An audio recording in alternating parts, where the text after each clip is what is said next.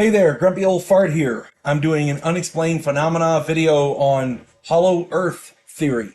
This really isn't an unexplained phenomena, but it's a theory that's been propagated for decades, centuries even. And it's something I felt needed to be addressed because I keep hearing about it, and there's pros and cons to that theory. There's stuff that supports it and stuff that goes against it. And I'm going to get into my own opinions too. So here we go. The history of our world is rife with stories and myths about beings living under the surface of the planet. Local legends in various areas around the world speak of beings both benevolent and malevolent coming from under the ground and either helping or attacking humans. Before I get into this though, if you enjoy my content, it would really help me out if you'd hit the like button, subscribe to my channel, share my content on social media, and post a comment or two. Remember, I welcome your comments, even if you disagree with me. If you enjoy a good book, check out my author page on Amazon. My pen name is H.L. Anderson. You can find all 7 of my books there. I like to think that I write good stories that make you think.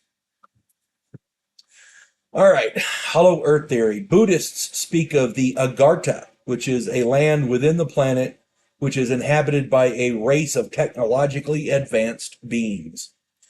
The green children of Woolpit came from a cave and stayed on the surface. These kids, apparently, they claim to come from another world, another underground civilization, I guess.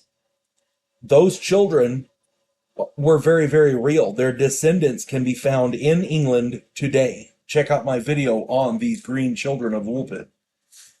The Native American Hopi culture has their own mythology, and this is a rich and vibrant mythology and speaks of beings which come from under the ground. These beings taught the Hopi all manner of things. The Hopi refer to these beings as the ant friends. In the Hopi language, the word for ant is anu. The word for friend is naki. So ant friend is Anunnaki.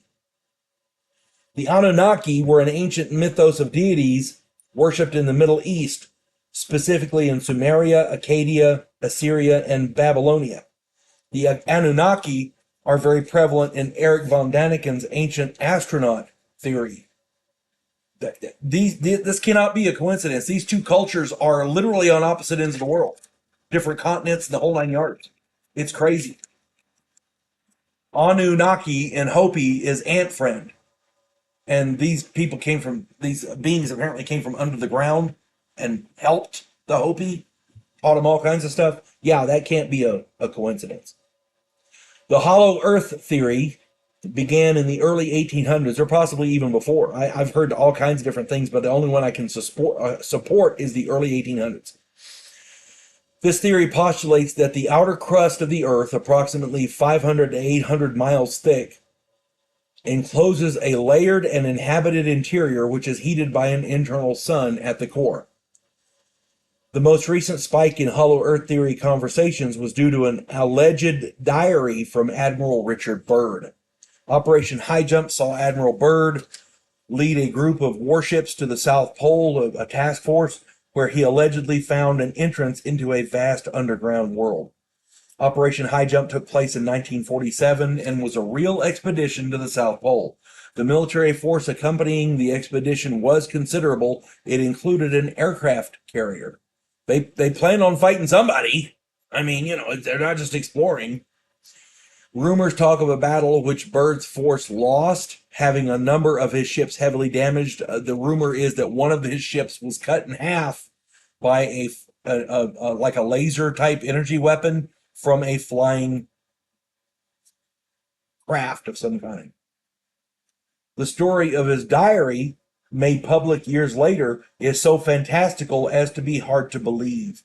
Allegedly, he wrote in the diary, that his flight into the hole or entrance allowed him to find greenery and rolling hills along with a live mammoth. Now, the diary says they flew a plane into a hole in the ground.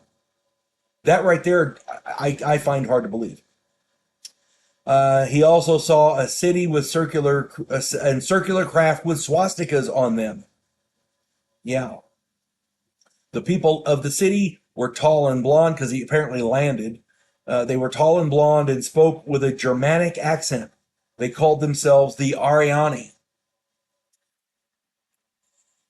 I got to be honest here. Byrd went all the way to the South Pole with an armada and set up a base camp, but on his historic flight, he failed to take a camera. Pictures of this fantastic land beneath Antarctica with mammoths and the Ariani, and their craft and city would have provided excellent proof. In 1947, strange craft with swastikas and tall blonde people with Germanic accents called Ariani, like Ariani, would raise all kinds of alarms. I could find no proof of any battle which damaged any of the high jump vessels. I looked, I couldn't find it. There is no way to verify the authenticity of Admiral Byrd's diary, so it very well could be a hoax. If these Nazi-type people had the power with their circular craft to cripple an American task force, why was there no further word from them, peaceful or hostile? I do not buy the Admiral Byrd story. I do find it compelling that two distinctly different people, a world apart, the Hopi and Sumerian, have such a similar language and mythology. To the best of my knowledge, no serious scientific investigation into these similarities has been undertaken. That, in and of itself, is suspect. Are they trying to hide something? We don't know. The Green Children story is actually verified. It did, in fact, happen. Those children did, in fact, exist. They came from the underground. Their descendants are in England right now. So perhaps there is something to this. Again, I don't believe the Admiral Byrd story, but these kids came from somewhere. I mean, they were green children. I'm just saying. Maybe there is something to this Hollow Earth theory after all. I don't know. If anybody else has any more information or any more...